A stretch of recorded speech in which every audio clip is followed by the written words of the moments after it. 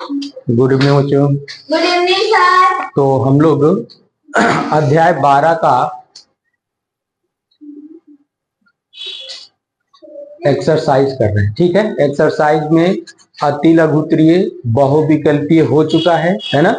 अब हम लोग को लघु उत्तरीय प्रश्न सॉल्व करना है। ठीक है, तो अति लघु उत्तरीय में देखिए एक सवाल ये है ना, और ये मोस्ट इंपॉर्टेंट है। ठीक है, मोस्ट इंपॉर्टेंट सवाल है। ये 22 में आया हुआ है। इसमें 22 में आया हुआ है। ठीक है, क्या है सवाल? एक ठोस एक अर्धगोले पर अध्यारोपित एक शंकु के आकार का है, जिनकी त्रिज्याएं 3 सेंटीमीटर तथा शंकु की ऊंचाई 4 सेंटीमीटर है। इस ठोस का संपूर्ण पृष्ठ पाई के पदों में ज्ञात कीजिए। ठीक है, तो आपको दिया है ना, दिया है, आप लिख सकते हैं। दिया है आपका अर्धगोले की त्रिज्या, अर्धगोले की त्रिज्या 3 सेंटीमीटर और शंकु की त्रिज्या 3 सेंटीमीटर ही होगी, है ना, और शंकु की ऊंचाई 4 सेंटीमीटर, है ना। अब हम लोग इसको फिगर ड्रा करके देख लेते हैं, है ना। एक अर्धगोला है, क्या है? एक अर्धगोला है जिसकी त्रिज्या 3 सेंटीमीटर है।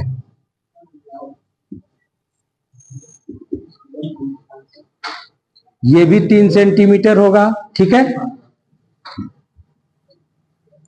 और इस पर एक शंकु, शंकु मालूम है कैसा होता है? हैं? मालूम है ना, ये शंकु है। इसकी भी त्रिज्या 3 सेंटीमीटर की है। ठीक है, और इसकी ऊंचाई है 4 सेंटीमीटर। ठीक, अगर ये एल निकालना हो तो निकाल सकते हैं ना। ये वाली समकोण त्रिभुज बनता है ये, और इस समकोण त्रिभुज से इस एल का मान हम निकाल सकते हैं। तिर्यक ऊंचाई है ना, शंकु की तिर्यक ऊंचाई। क्यों?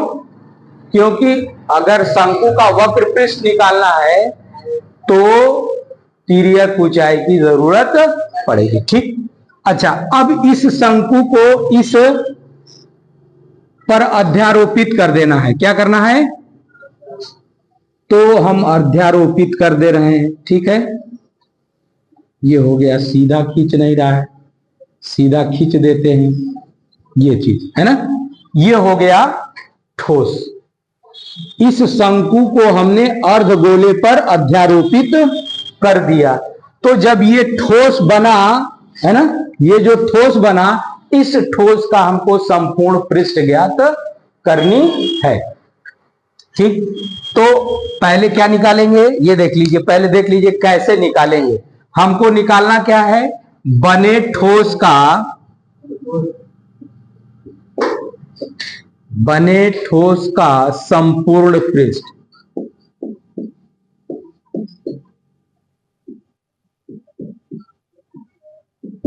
ठीक है, जब ये बना, ये जो ठोस बन गया, अर्धगोले पर शंकु को अध्यारोपित कर दिए, तो ये जो ठोस बना, इस ठोस का संपूर्ण पृष्ठ हमको ज्ञात करनी है। तो क्या करते हैं? पहले अर्धगोले का वक्र पृष्ठ प्लस शंकु का वक्र पृष्ठ निकाल के दोनों जोड़ दें तो पूरे बने ठोस का संपूर्ण पृष्ठ ज्ञात हो जाएगा। तो क्या लिखेंगे? शंकु का वक्र पृष्ठ प्लस अर्ध गोले का संपूर्ण पृष्ठ। अब आप बताइए सूत्र पहले लिख लीजिए। शंकु का संपूर्ण पृष्ठ कितना होता है? पाई आर। शंकु का वक्र पृष्ठ कितना होता है? पाई आर एल। और अर्धगोले का वक्र पृष्ठ 4 पाई आर, इतना है ना। अब जो चीज मालूम है उसको पुट तो कर देंगे, लेकिन जो नहीं है, क्या नहीं मालूम है? एल का मान। किसका मान नहीं है? एल का मान। तो सबसे पहले हमको एल का मान, यानी जो शंकु है उसकी तिर्यक ऊंचाई हमको चाहिए ही चाहिए, चाहिए ना। तो पहले निकाल लीजिए, क्या निकालेंगे? शंकु का या शंकु की तिर्यक ऊंचाई।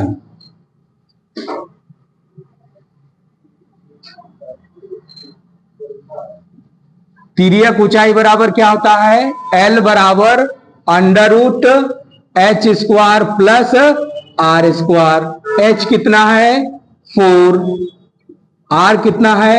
3। 4 का स्क्वायर 16, 3 का स्क्वायर 9, 25 5 है ना। यानी एल कितना आ गया? 25 सेंटीमीटर। अब हम लोग इसमें वैल्यू रख देंगे, ठीक है।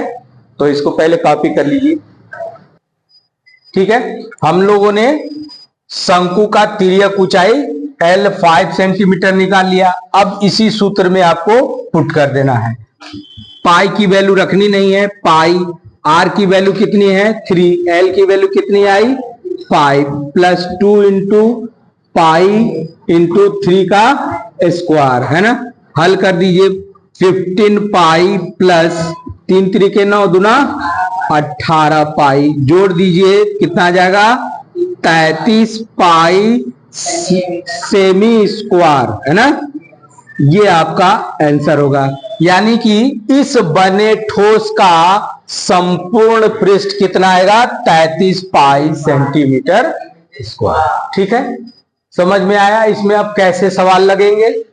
इस चैप्टर में अगर आपने चित्र बना लिया तो कुछ भी ज्ञात कर सकते, चित्र बनाकर समझना पड़े, ठीक है। बाकी सूत्र सब आपको पता है, ठीक है।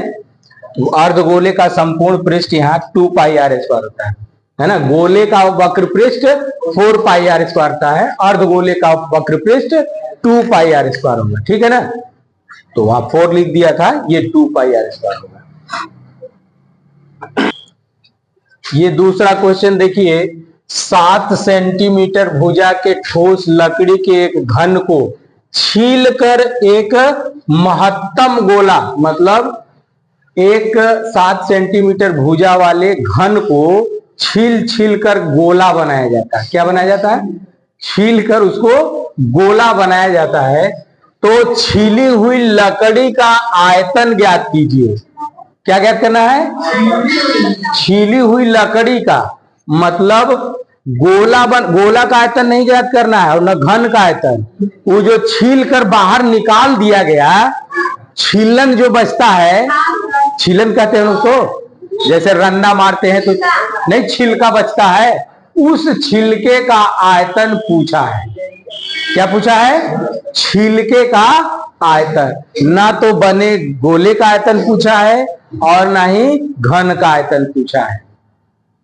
छीले हुए यानी छीलन का आयतन पूछा है। तो कैसे ज्ञात करेंगे बताइए?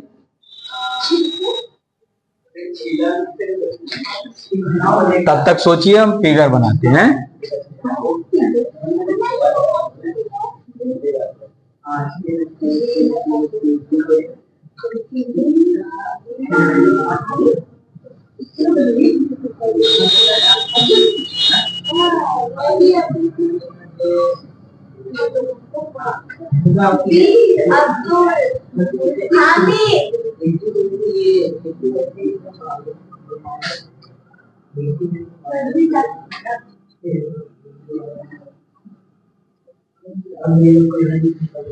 ये ठोस घन है लकड़ी का, ये ठोस घन है ना।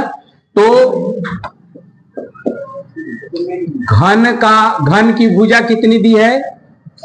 घन की एक भुजा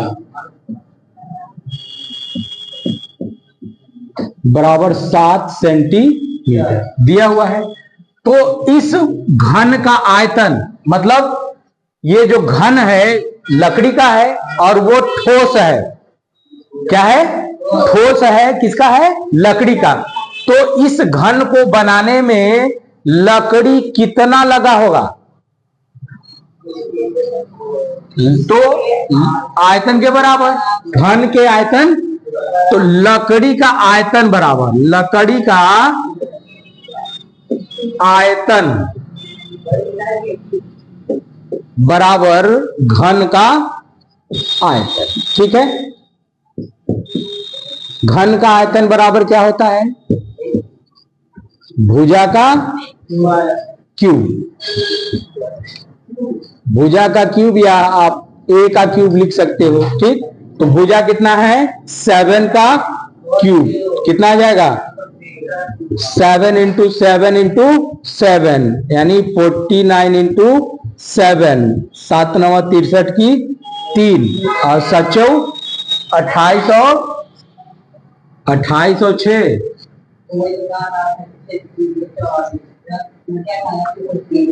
सेमी क्यूब। 343 सेमी क्यूब, है ना। इतना आपका क्या आ गया? लकड़ी का आयतन। कितना गया? लकड़ी का आयतन। ठीक। अब इसको छीलकर गोला बनाया जाता है। क्या?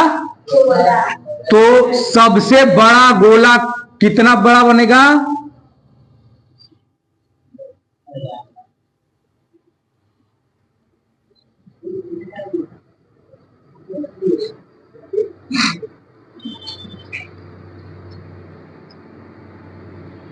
ये देखिए, है ना, ये इतना बड़ा गोला इसमें से काटा जा सकता है। और इस गोले का जो व्यास होगा इस घन के एक भुजा के बराबर होगा।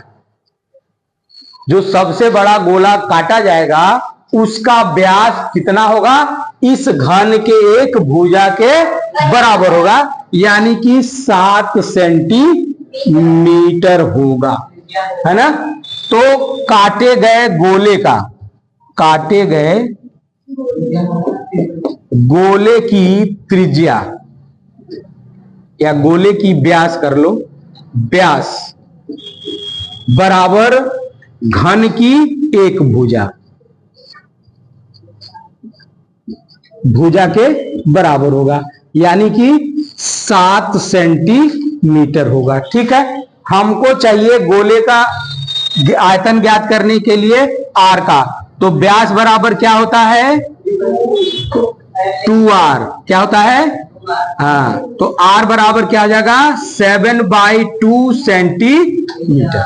यानी जो गोला काटा जाएगा, जो बनेगा, उसकी त्रिज्या कितनी आ गई? 7/2 सेंटीमीटर, है ना। अब जो गोला बना, इस गोले का हम लोग आयतन ज्ञात कर लेते हैं। यानी ये जो गोला आया उस गोले का आयतन, यानी गोला में बना, है ना, तो लकड़ी का ही होगा। ठीक है, लकड़ी का ही होगा। तो अगर छीलन ज्ञात करनी है तो इस घन में से इस गोले वाला काट देंगे तो छीलन बच जाएगा ना। तो इसके लिए हमको गोले का आयतन भी चाहिए, है ना।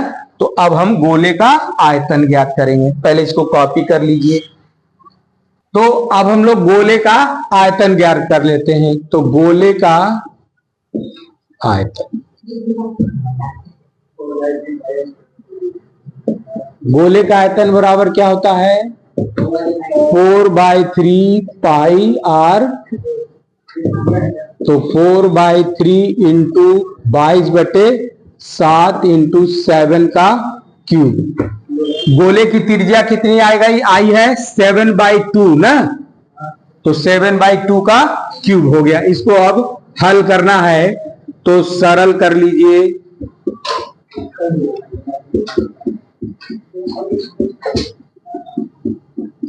तो देखिए एक 7 से एक 7 कट गया, 2 से ये 11 टाइम में कट गया, 2 दूना के 4 कट गया, 2 से ये 2 कट गया, है ना। बचा कितना? 11 गुणे 7 बटे 3, है ना। अब इसको देखिए गुणा कर लीजिए, 7 सत्ते 49, 11 गुणे 49 बटे 3। इसको हल करेंगे तो 11 9 99 की 9, 11 44 और 9 53/3। ये सेमी क्यूब आ गया। तो जो गोला काट के निकाला गया उसमें से उस लकड़ी का आयतन कितना हो गया? इतना, है ना। गोला जिस लकड़ी से बना है उस गोले में लगे लकड़ी का आयतन कितना आ गया? 539/3 सेमी क्यूब। हमको छीलन ज्ञात करना है। क्या ज्ञात करना है? छीलन। तो छीलन का आयतन, लकड़ी के छीलन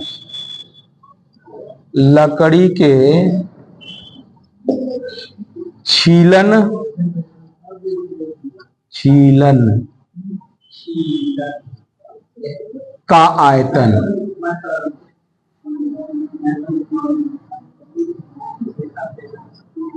बराबर हो जाएगा घन का आयतन, घन का आयतन माइनस गोले का आयतन।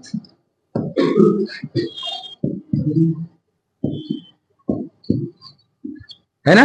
अब देखिए ये घन था, घन से इस गोले को काट के निकाल दिया जाए तो शेष जो बचेगा वो क्या होगा? छीलन होगा ना। तो घन का आयतन कितना आया था? 343 माइनस गोले का आयतन 539/3। इसको हल कर दीजिए 3 का गुणा करके, 3 3 के 9, 3 4 के 12 और 3 3 के 9 1 10 माइनस 539/3 घटा दीजिए तो कितना आ जाएगा? 9 में से 9 गया 0 और 12 में से 3 गया 9 है और यहां बच गया 9, 9 में से 5 गया 4, 490/3 सेमी क्यूब। अब इसको भाग दे लीजिए, है ना। तो भाग देंगे 3 एकम 3, बचा कितना? 1, 3 छक 18, 1 बचा, फिर 3 त्रिके 9, फिर 1 बचेगा, 0.0 लेंगे, 3 त्रिके 9, 3 त्रिके 9 सेमी क्यूब, यानी 2 अंक तक ले जाएंगे 163.33 सेमी क्यूब। ये आपका आंसर हो जाएगा। ठीक है।